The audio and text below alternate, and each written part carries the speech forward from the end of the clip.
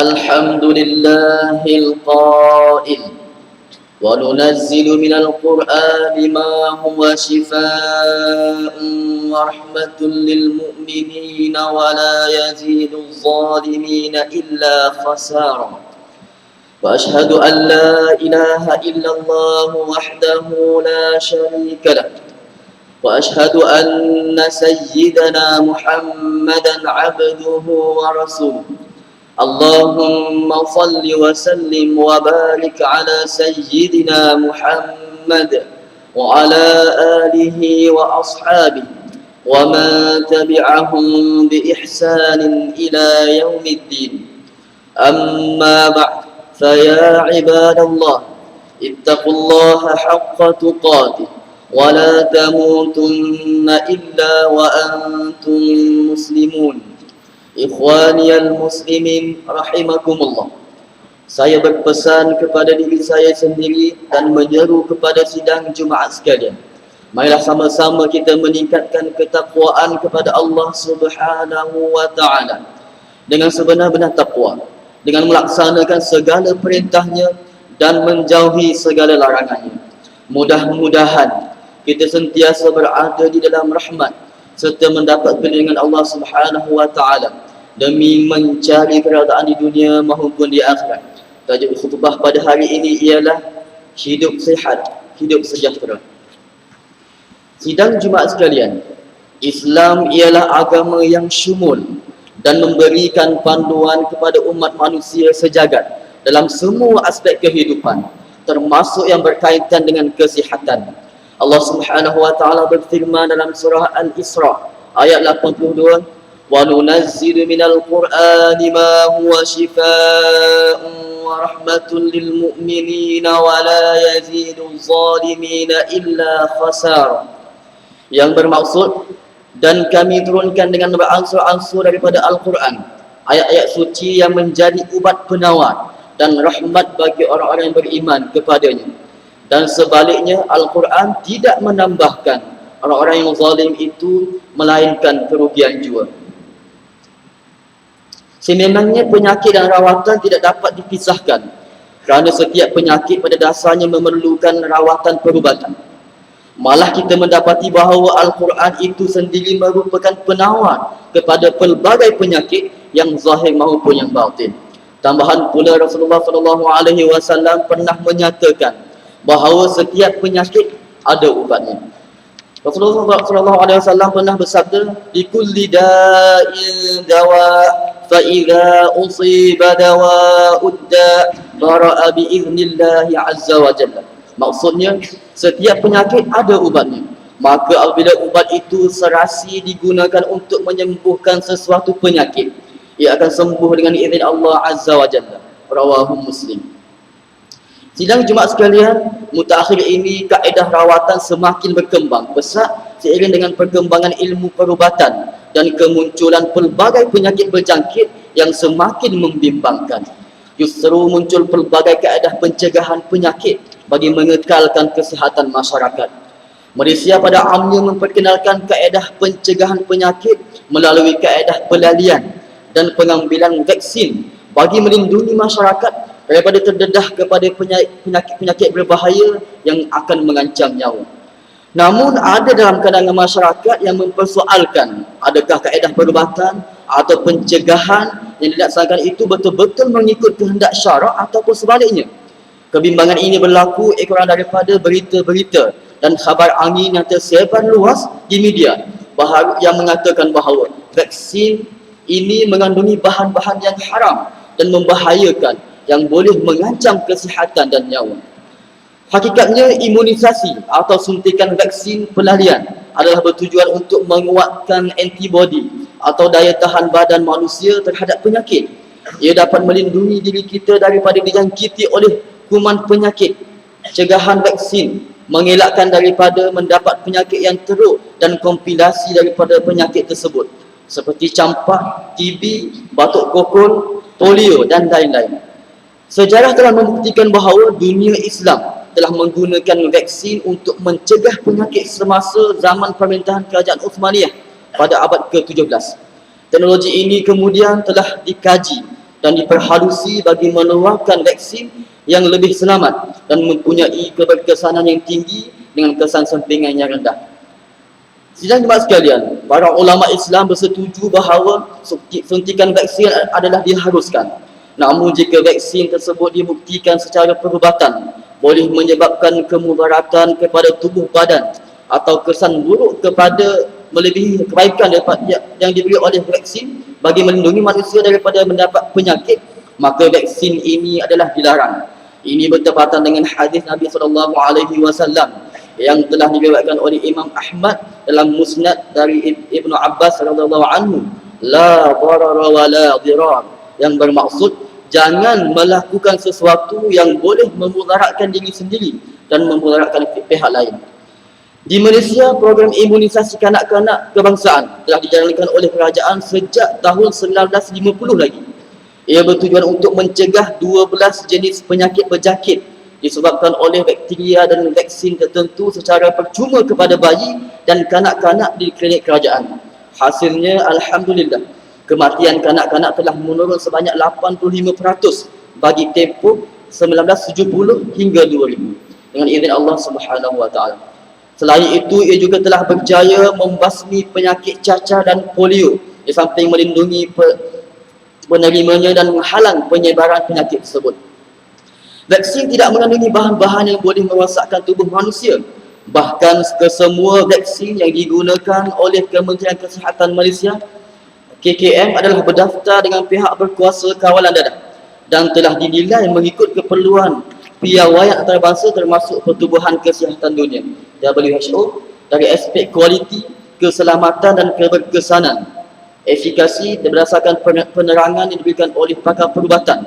Maka Jawatankuasa Fatwa Negeri Terengganu yang bersidang pada 29 Jun 2016 telah membuat keputusan bahawa yang pertama, bahan-bahan yang terkandung dalam vaksin adalah halal. Yang kedua, pengambilan vaksin adalah satu keperluan sebagai pencegahan kepada penyakit. Dan yang ketiga, sekiranya tanpa pengambilan vaksin, manusia akan terdedah kepada penyakit yang memudaratkan fizikal dan nyawa. Maka pada masa itu, pengambilan vaksin adalah wajib.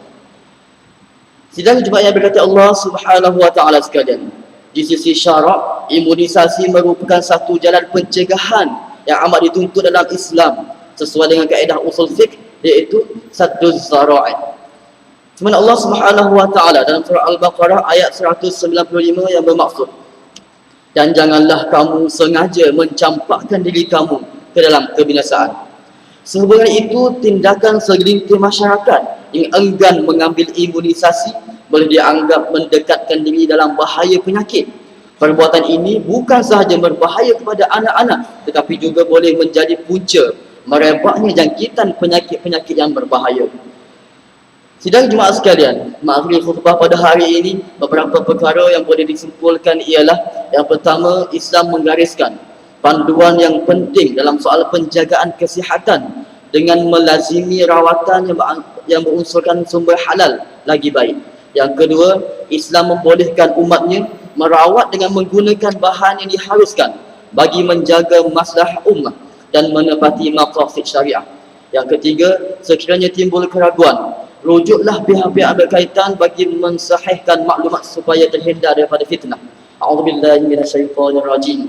Ya ayyuhan nasu kulu mimma fil ardi halalan tayyiban wa la tattabi'u khutuwatis syaitan innahu lakum aduwwun mubin. Yang bermaksud, wahai sekalian manusia, makanlah yang halal lagi baik dari apa yang terdapat di bumi, dan janganlah kamu mengikuti jejak langkah syaitan, kerana syaitan itu adalah musuh yang nyata bagi kamu.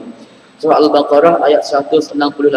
Barakallahu li wa lakum bil Qur'anil azim wa nafa'ani wa iyyakum bima fihi minal ayati wa dzikril hakim wa taqabbala minni wa minkum tilawatah innahu huwas samiul alim. أقول قولي هذا وأستغفر الله العظيم لي ولكم ولسائر المسلمين والمسلمات والمؤمنين والمؤمنات فاستغفروه فيا فوز المستغفرين ويا نجاة التائبين. آمين آمين يا موفق الطائعين وفقنا لطاعتك أجمعين وتب علينا وعلى المسلمين واغفر ذنب من يقول أستغفر الله العظيم أنا أستغفر الله.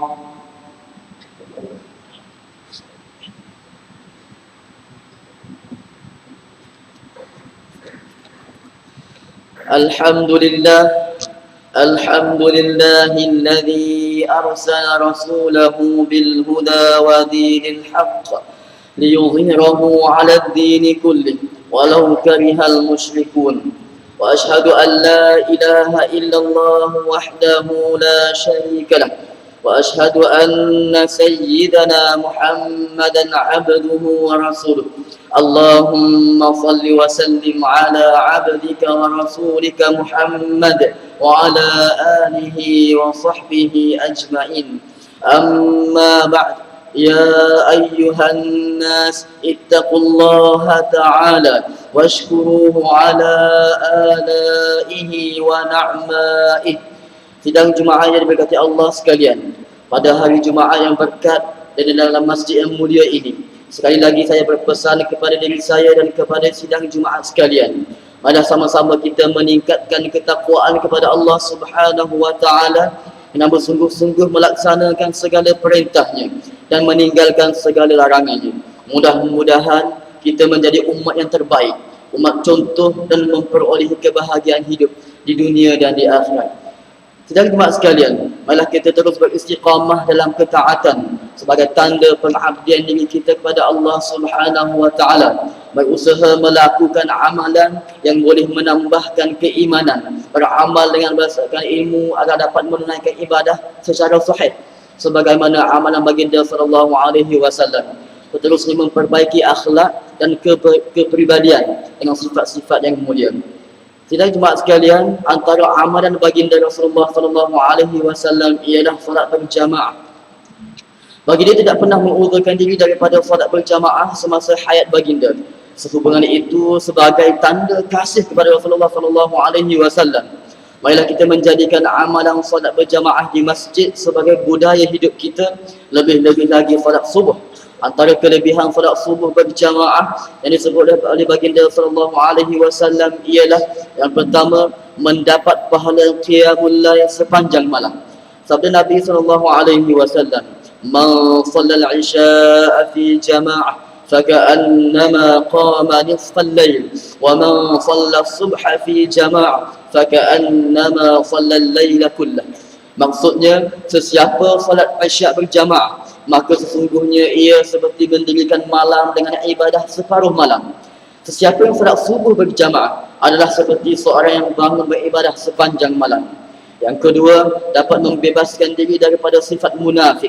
Sabda Nabi sallallahu alaihi wasallam, "Laisa salatun afqala 'ala al-munafiqina min al-fajr wal 'isha, walau ya'lamuna ma fihima la atawhuma walau habwan."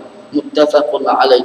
Maksudnya, solat yang paling berat ke atas orang munafik ialah solat subuh dan solat isya. Jikalau mereka tahu kelebihan yang terdapat pada kedua-duanya, sudah tentu mereka akan datang ke masjid walaupun dalam keadaan merangkak. Jadi mak sekalian, marilah kita mengenang jasa Rasul kesayangan kita Nabi Muhammad sallallahu alaihi wasallam yang telah menyelamatkan kita dengan perjuangan membawa ajaran Islam. Sayang dan kasih kita kepada baginda hendaklah dinyatakan dengan sentiasa berselawat kepada baginda, kerana Allah dan para malaikatnya pun sentiasa berselawat kepada baginda.